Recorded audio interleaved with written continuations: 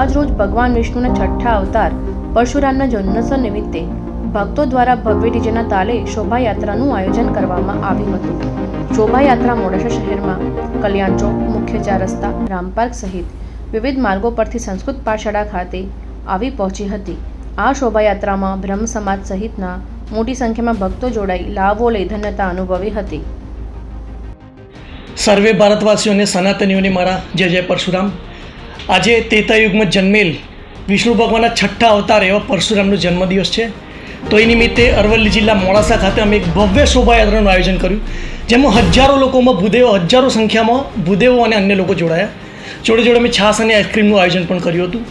આવી કાળઝાળ ગરમીમાં પણ હજારો લોકો શરૂઆતથી લઈ અને અંત સુધી શોભાયાત્રામાં જોડાઈ રહ્યા.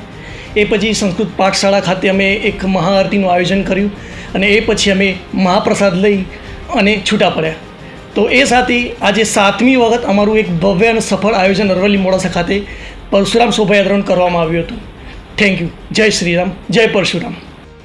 આજે પરશુરામ જન્મ ઉત્સવ નિમિત્તે સમસ્ત અરવલ્લી બ્રહ્મ સમાજ વતી મોડાસામાં